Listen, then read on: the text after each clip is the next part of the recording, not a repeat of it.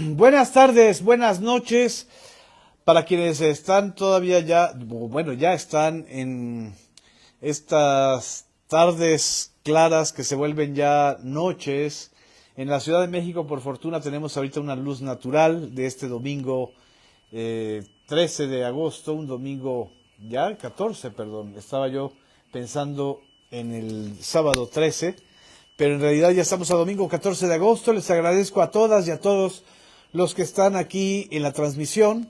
Vamos a analizar informaciones recientes que también han generado un efecto de temor, de miedo y también de desinformación o de exaltación de la información en función de lo que se parece lo más espectacular, que son los incendios de unidades de transporte, incendios a tiendas departamentales, esto que algunos insisten en llamar narcoterrorismo, que en realidad es narcovandalismo.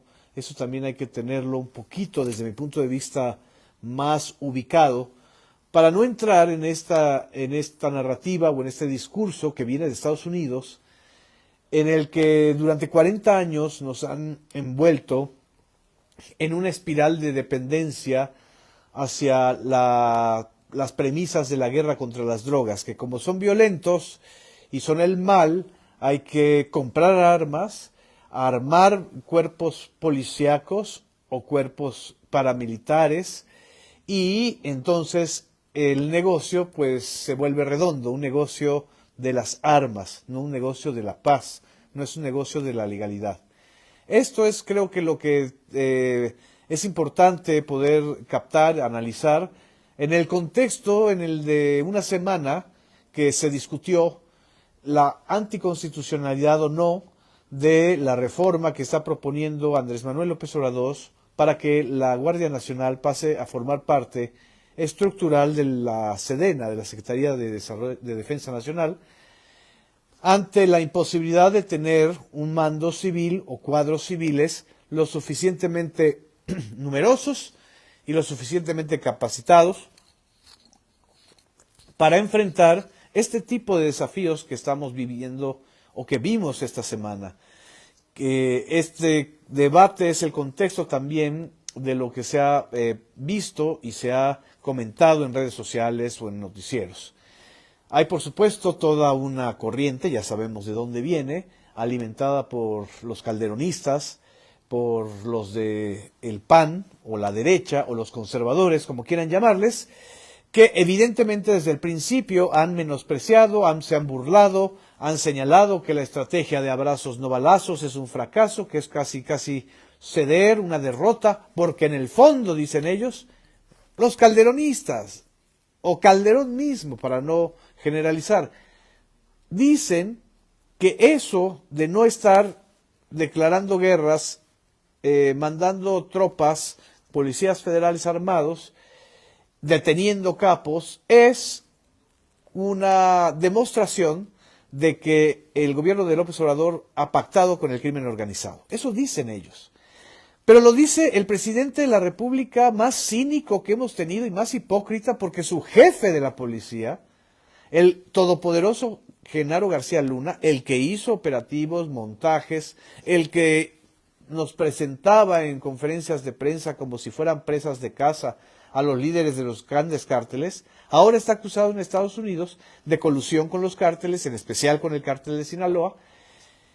Y entonces, ¿de dónde el señor Felipe Calderón, para tener la lengua larga, pues hay que tener la cola corta?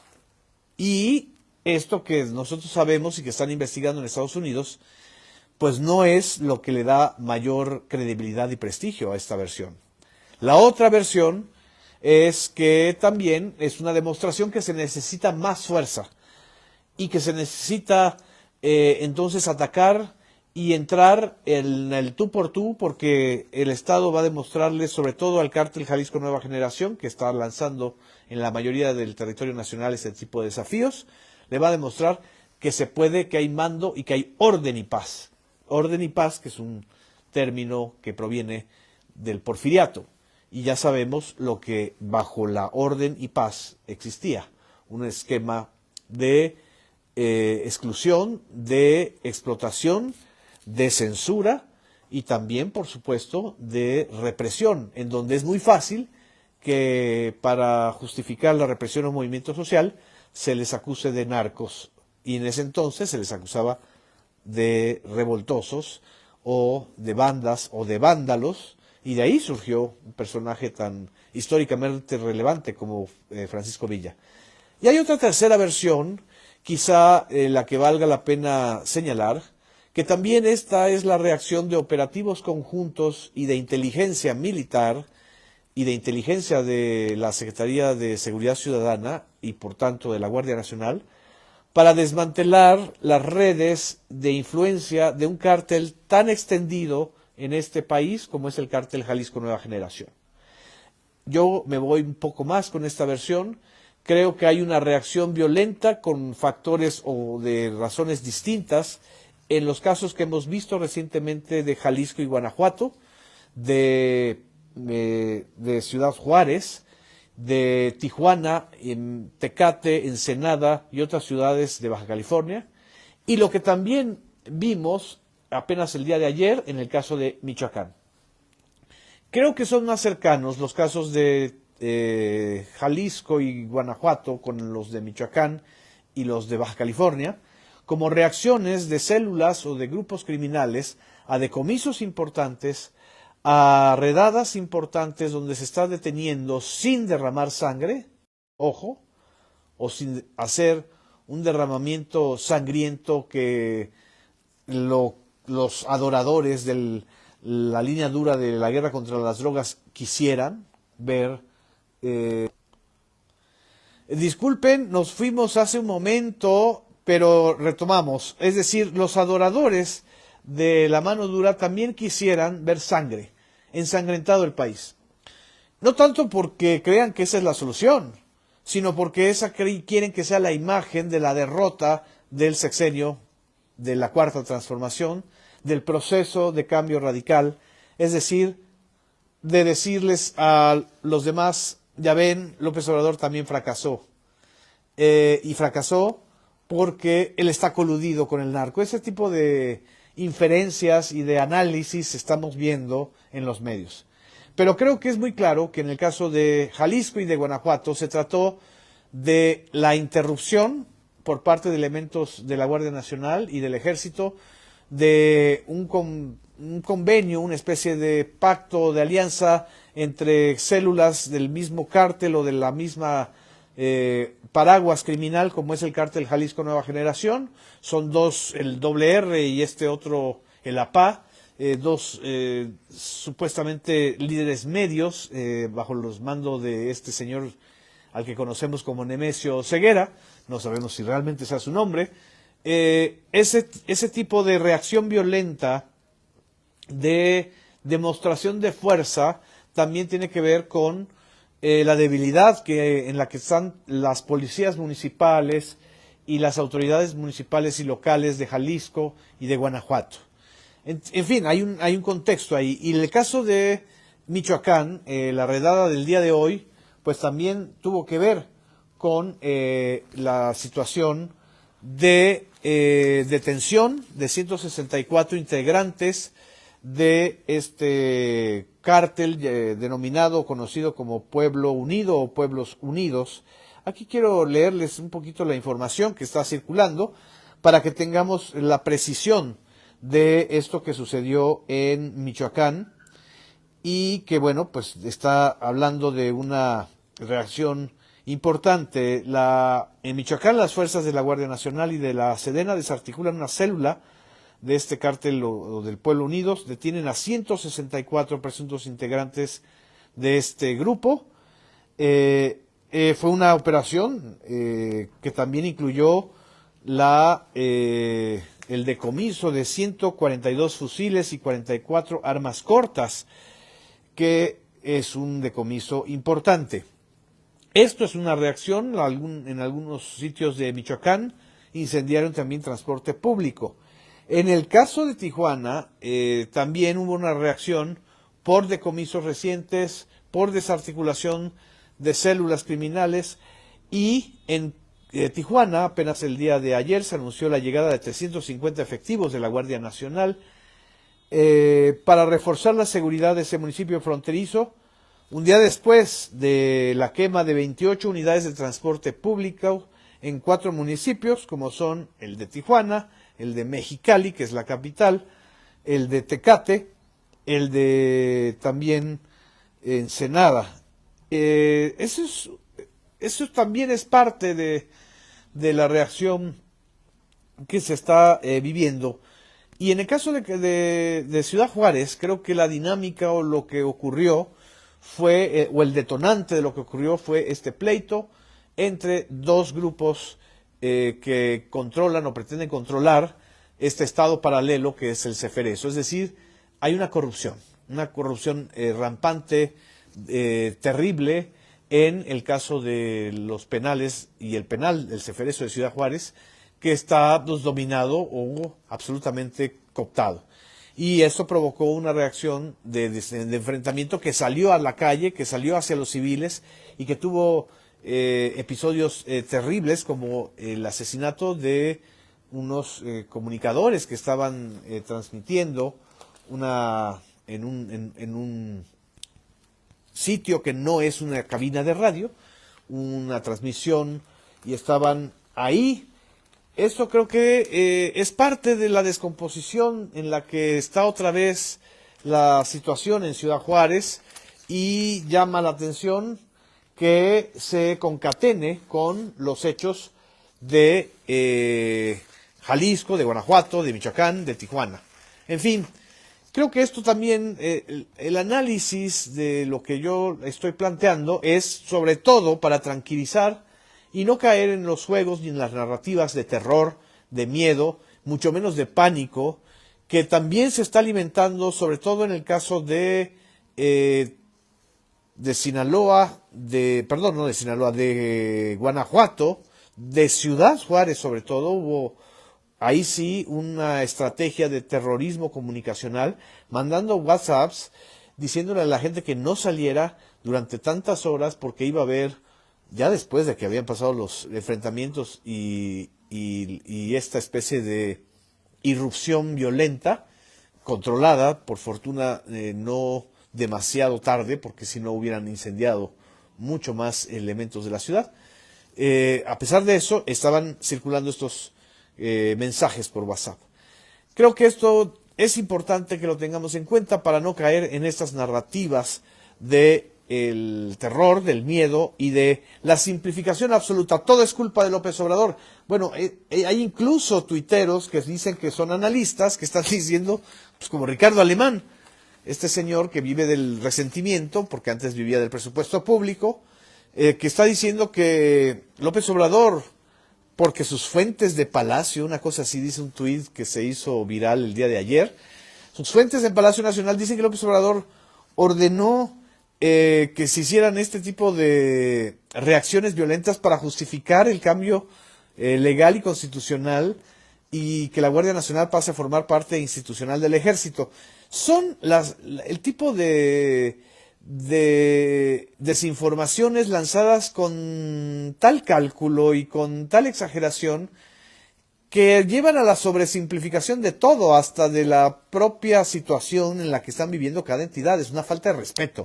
Es una falta de respeto a los gobernadores, a los alcaldes, a las policías estatales, a las policías municipales, a las fiscalías. Quiere decir que por encima de todos ellos, López Obrador nada más hace así y se levanta el crimen organizado.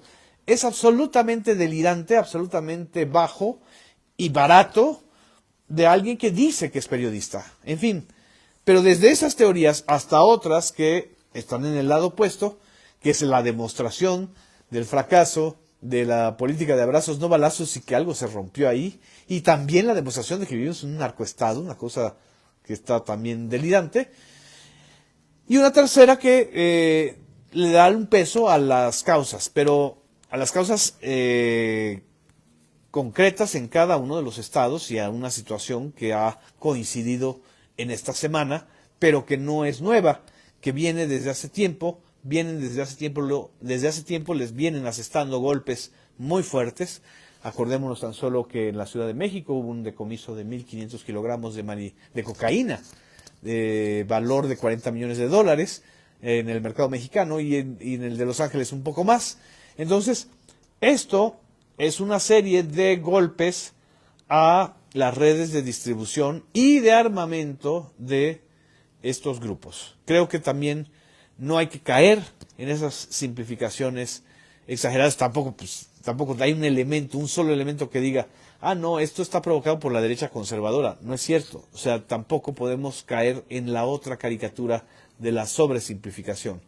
Mi llamado es a que analicemos con sensatez este proceso que le ha costado mucha sangre a este país, que le ha costado muchísimo debate, y que en el fondo, ahorita que está transmitiéndose en el canal 14, si quieren verla, la entrevista con Carlos Pérez Ricard, un joven autor de un libro sobre la DEA, en el fondo lo que se está demostrando es el fracaso de 40 años de discurso bélico, de mercado de armamentos bajo el paraguas de la guerra contra el narco, que es un constructo, un invento, una lógica imperial de Estados Unidos surgida en 1973, hace más de 50 años, 40 años, casi 50 años, de este tipo de discursos y de estrategias que lo único que han hecho es demostrar que a los norteamericanos y a la DEA no les interesa que acabe el narco, al contrario, les interesa que siga,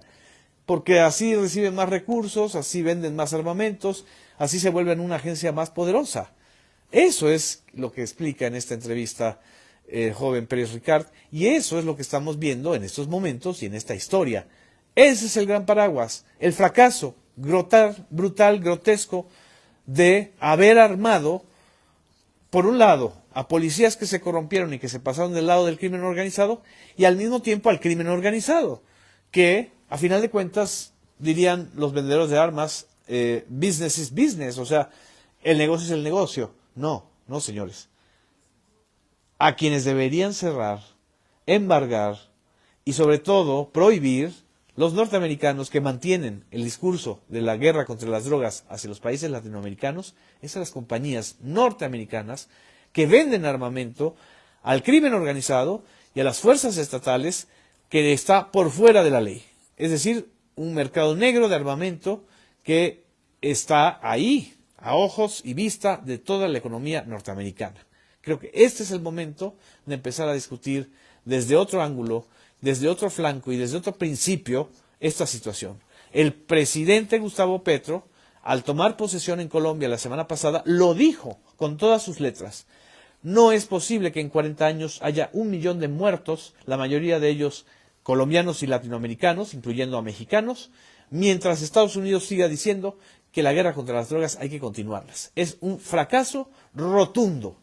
Pero mientras esto no se asuma como una estrategia global, hay que desmantelar a los grupos del crimen organizado que solamente están para desafiar al Estado y alimentar una economía criminal en regiones donde se han asentado a partir de este tipo de estrategias y de la corrupción. Por supuesto, la corrupción está presente en estos episodios. No se podría explicar el crecimiento, la expansión de un grupo como el Cártel Jalisco Nueva Generación, como tampoco se pudo explicar la creación, existencia y desarrollo del Cártel de Sinaloa comandado por el Chapo Guzmán, el gran cómplice de García Luna, como tampoco se podría haber explicado a Caro Quintero sin la corrupción de aquella época en el gobierno de Miguel de la Madrid.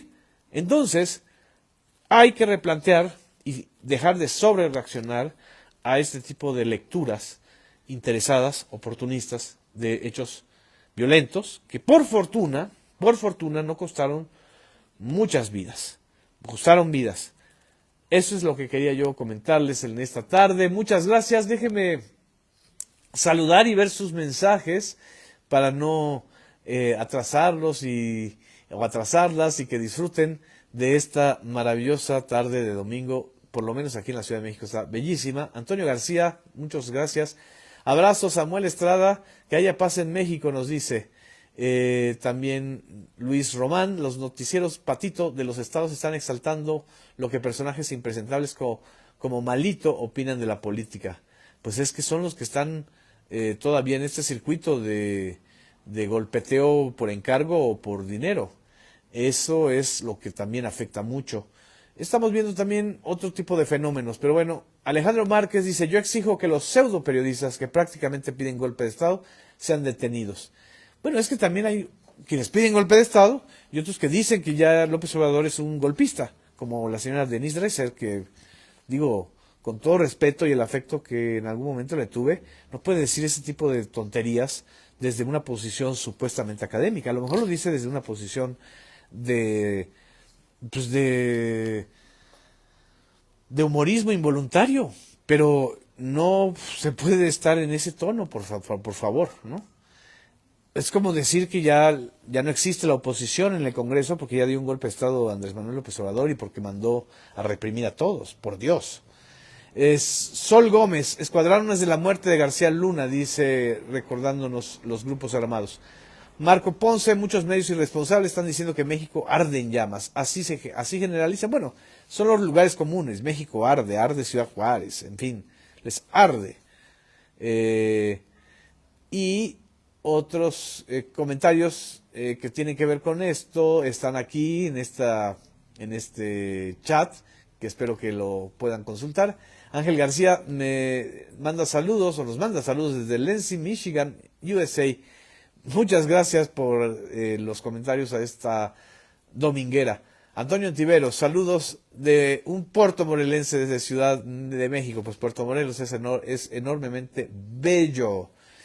Ridal Jiménez, ánimo, el país saldrá adelante. Saludos, buen domingo. Gracias. María Carrillo nos dice, la oposición desesperada, junto con los pseudo periodistas, ya están tan desesperados, ya no les importa que se hagan operativos o el ridículo que ellos están haciendo.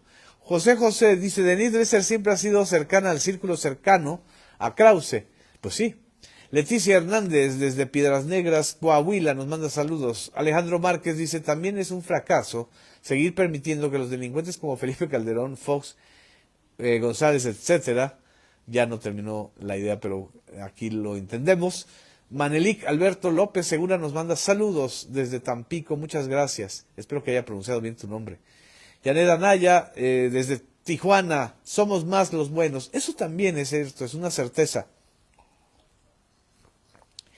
Es mucho más la sociedad y el pueblo que está a favor de la paz y de la cuarta transformación que los células criminales que tienen estas armas y esta capacidad de desestabilización.